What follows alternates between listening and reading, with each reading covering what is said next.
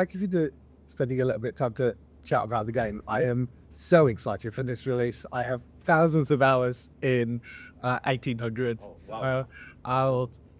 I'm very, very up for this. I have played the demo, which was cruelly an hour long, which is never long enough for an Anno game.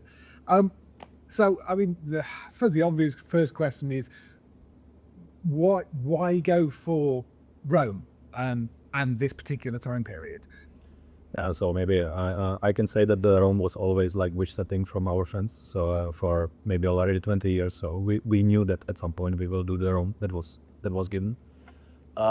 In the last installment, we were actually thinking if we should do the Rome or Anno 1800, and we chose Anno 1800. So it was, and after Anno 1800, we were like, okay, now we want to do something really different. So either we go into the future, because as you might know, we also did in past like to futuristic settings, or we want to do something really different than Anno 1800. And because we did already several medieval settings, the Rome was a good part. But then there's also the second thing to that the Rome is very good setting, right? With all this architecture, with how big Rome was, with these cultures coming in, it's a perfect setting for Anno. Yeah, and roads as well, of course. You know, straight roads, grids, grid systems that we inherit today come from Pax Romana. Yeah, and all that goods they want to feed the hungry heart of empire has to come from these provinces. It was like, yeah, that's a no-brainer. Yeah, no, absolutely. I mean, since you brought up roads, I did make me slightly chuckle that, I mean, that this is the first game where you've had diagonal roads. Rome, obviously known for building straight roads. This is the first time you can do. I mean, technically they are straight, of course. But It's true. But there are diagonals in Roman cities too. And of course, yeah. And this, the second thing which, sorry, I like to say is also we should not forget Celts. Yeah, and Celts they didn't build the straight or right angle street. So the Celtic they built really the more very organic settlements. So yeah.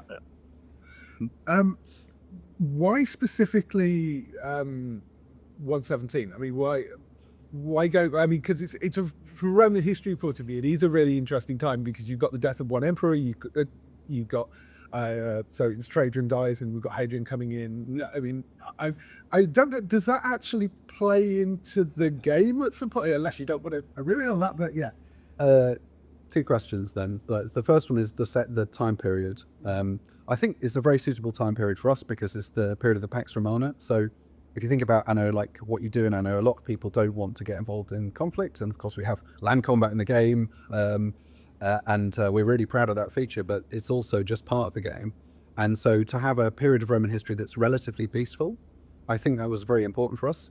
It's also a fairly unfamiliar period of history for a lot of people. And I think that's cool. You know, there's a lot of surprising developments in that time, especially cultural ones. You know, the idea of that really inspired the game is the idea of different cultures having to work together and be together in the same place.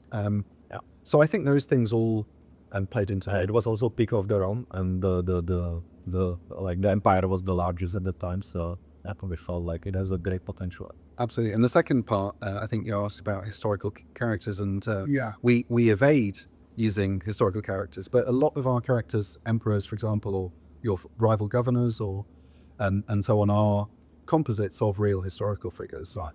So yeah, we're really invested in the fiction as well as the history.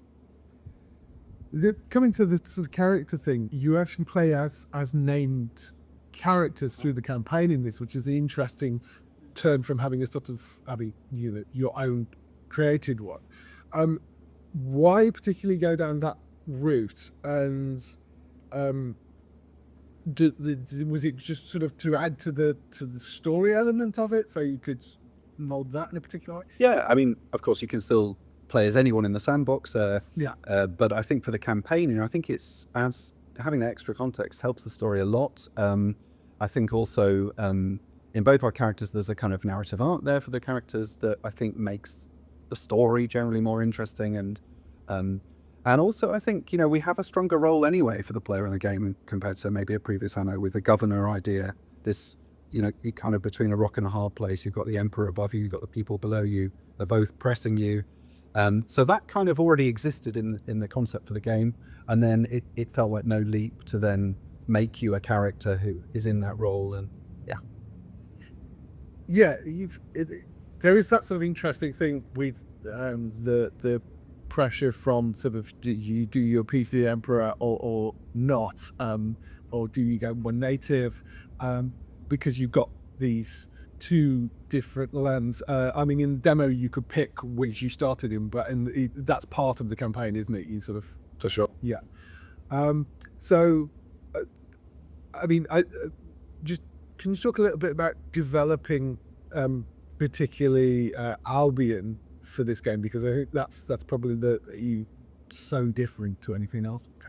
Yeah, I think that for us it was really important to choose something very contrasting. So we were discussing, we wanted to do 2 provinces, and we were discussing should we go for some Mediterranean province like Egypt or something what is around, and we felt no, we want to show the province which was very far, which felt alienated, which was a great contrast to the Rome, to show that Rome was actually able to unite even so far distant provinces and people with very different mentality and culture to one big empire. That was a part of a story we wanted to say.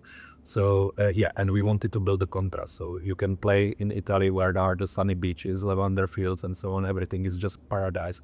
And then you go to this soggy, like damp, full of marshes, rugged cliffs like this Albion with people who wearing trousers and feel very alienated to their own actually. Yeah. There are other interesting things you've added this time around compared to some of the other Anno games. You've got things like there's the religion system, which you've not had in before. There's a tapestry, which I don't think is something you've done before. So, which is stuff that I think people are sort of familiar with from things like Civ and those sort of games, but it's the first time adding them into an Anno game. What was the decision behind putting Anno? Yeah, I think that the first decision we were actually trying to follow was every Anno has a strategy. So Anno 1800 was actually the strategy to, let's say, show once again to hardcore fans that we can deliver a big, robust Anno. And this Anno was more, we wanted to also like invite a lot of other players, because Anno 1800 was maybe even more successful than we initially expected.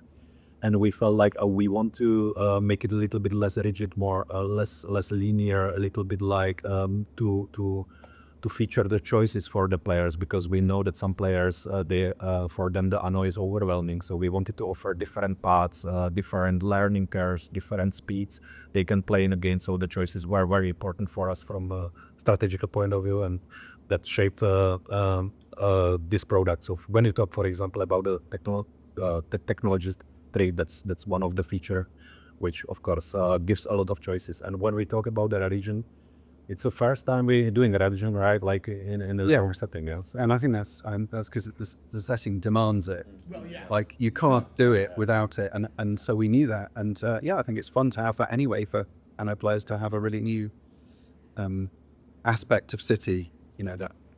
Yeah, no, totally. You're quite right. I mean, you can't do something that's Roman without including gods in some way. It doesn't work. So. You do have this sort of ongoing push and pull between the sort of Celtic side of things and the Roman side of things. You've got this sort of empire versus sort of culture. Did you consciously build that commentary in, or did it just sort of emerge from the design? I came first. Yeah, the idea that we would have this multicultural idea, or this idea of different cultures. I mean, it's not so black and white even, because of course you have the sense that the people of Albion they're native people of Albion, right? But some of them are sold out to the Roman idea. And so it's a complex picture, let's say, and we wanted to show a complex picture of the provinces. And I think that came before even the features. We started working on most of the features. Yeah, because we discussed that the Rome also was done in several games, of course. So we wanted to take also a different angle. So yes, we are also featuring the traditional Rome features like the marble cities and monuments and aqueducts and so on. But we wanted to show also a very different aspect to this. And that's also why the game maybe even now brings you to the marshes and so on, and the people which you can choose what their identity will be was very interesting for us. Yeah, I love the sort of marsh gameplay. I really like that sort of stuff in the Albion one. I think that's a really interesting kind of thing. In terms of the sort of game moving forward as well, I mean, Anno 1800, the amount of brilliant DLCs for that, plus mods and stuff that people have added for it. What is the sort of plan in terms of mods, fan content? I know you've announced some DLC for this already. Or what's going to We want to stay definitely very mod friendly, so we would like to welcome all the modders. Maybe we provide some support for them. It's easier for them to actually also find the mods and so on. So definitely we want to stay open to that. And yes, we hope that also the game will be successful and that we will grow the game. Actually, I can say maybe something what not so many people know, but in Anno 1800 it was actually at some point quite difficult for us to grow the game because we maybe didn't expect such a success. Yeah, so we were quite surprised that we're still working on the game after 4 years and people still want the game.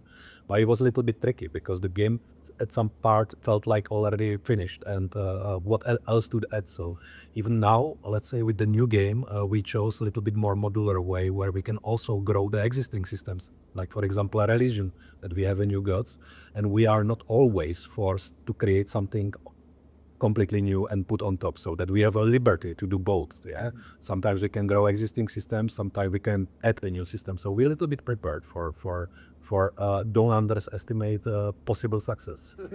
It's a good learning. And to be able to start any save game in any province, I think is one of the really cool things. You know, like you can really just start a new game in those places and just play it differently from those places. I think that's something that'll excite people all the way down the line, I think.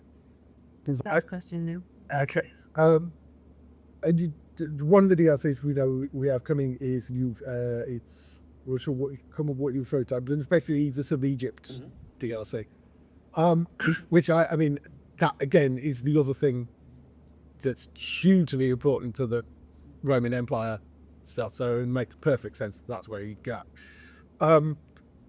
Will the sandbox version of the game allow you to start in that as well? Absolutely. Okay. Absolutely. There's also the modularity which I talk about. So every province we will do from now on, you can just directly start to play. You never have to travel to any other province. It can be just standalone experience. You can combine it with whatever province you like. So if you just want to have Egypt and Albion and never go to Italy, you can. You can do just Albion with Latium or whatsoever. So any province we will add will create such a modularity and such a freedom of choice.